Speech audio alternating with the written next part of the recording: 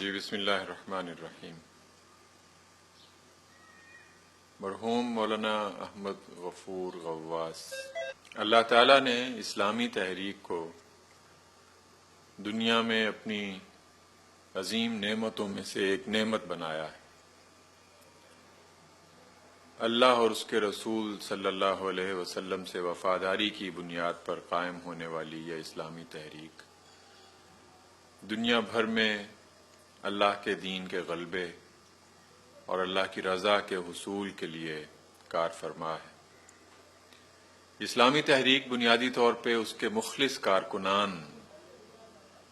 اور دنیا بھر میں پھیلے ہوئے اس کے کروڑوں دعاگو حضرات اور خواتین پر مشتمل ہے۔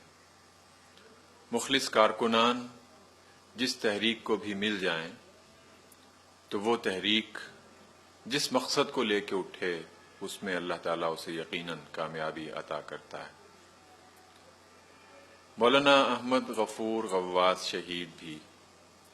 جماعت اسلامی کے انہی مخلص کارکنان میں شمار ہوتے ہیں کہ جنہیں کسی بھی اسلامی تحریک کی پوری عمارت کے اہم ستون قرار دیا جا سکتا ہے۔ بدقسمتی سے مجھے ان کے ساتھ ذاتی طور پہ بہت زیادہ کام کرنے کا یا رابطے کا موقع نہیں ملا، لیکن ضلع دیر میں اور پھر اسمبلی میں ان کی ذمہ داریاں اور ان کی سرگرمیاں اور یہاں مجلس شورا کے اجلاسوں میں ان کی شرکت، اس حوالے سے جہاں بھی ان کے ساتھ ملاقات کا رابطے کا کچھ کام کا موقع ملا تو یہی ایک تصور ذہن میں گہرا ہوا کہ اللہ تعالیٰ اسلامی تحریک کے ان مخلص کارکنان کو ہمیشہ خوش رکھے اور ان کی جدوجہد کو قبول فرمائے۔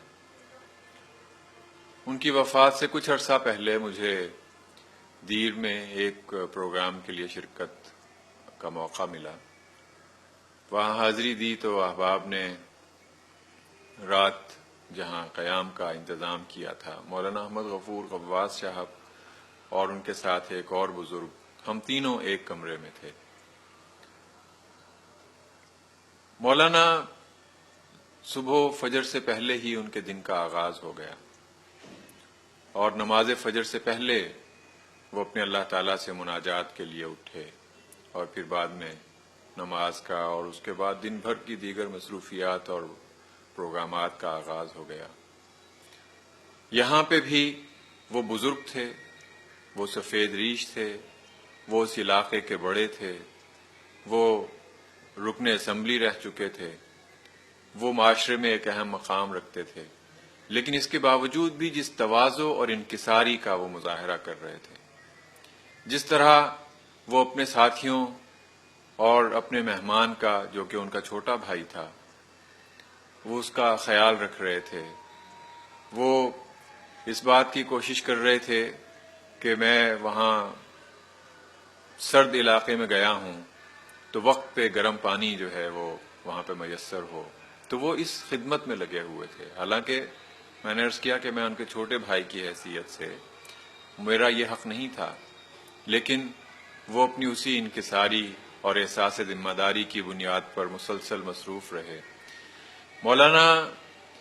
یہاں پہ بھی مختلف اسلامی تعلیمی اداروں میں اور دیگر تعلیمی اداروں میں زیر تعلیم طلباء کے ساتھ بھی اپنے خصوصی شغف کا اور تعلق کا اور ان کے احوال پرسی کا اہتمام کیا کرتے تھے۔ میرے ساتھ بھی ان کا اس سلسلے میں کئی دفعہ تبادلہ خیال ہوا۔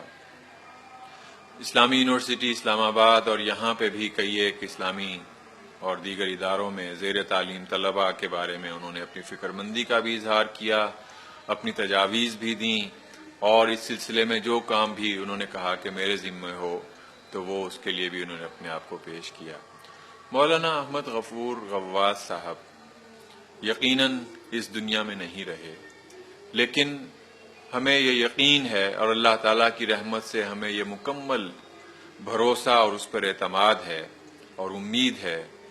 کہ اللہ تعالیٰ ان کے جانے کے بعد بھی دنیا میں ان کے صدقہ جاریہ کو ہمیشہ کے لیے جاری رکھے گا۔ انہوں نے اپنے علاقے میں اسلام اور دین اور دینی تحریک اور اسلامی جماعت اس کی کامیابی کے لیے جو کام کیا ہے، حضور صلی اللہ علیہ وسلم کی حدیث کی روشنی میں، اگر اللہ تعالیٰ کسی انسان کے ذریعے سے ایک فرد کو بھی راہ راست پر لے آتا ہے تو وہ اس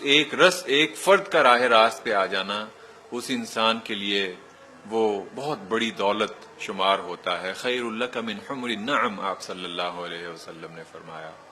کہ اس زمانے میں سرخ اونٹوں کے ایک پورے گلے سے زیادہ، یعنی آج کے دور کی جو کوئی بھی زیادہ سے زیادہ قیمتی کوئی متاع جسے تصور کیا جا سکتا ہے، آپ صلی اللہ علیہ وسلم نے فرمایا کہ اس سے بھی زیادہ اہم ہے۔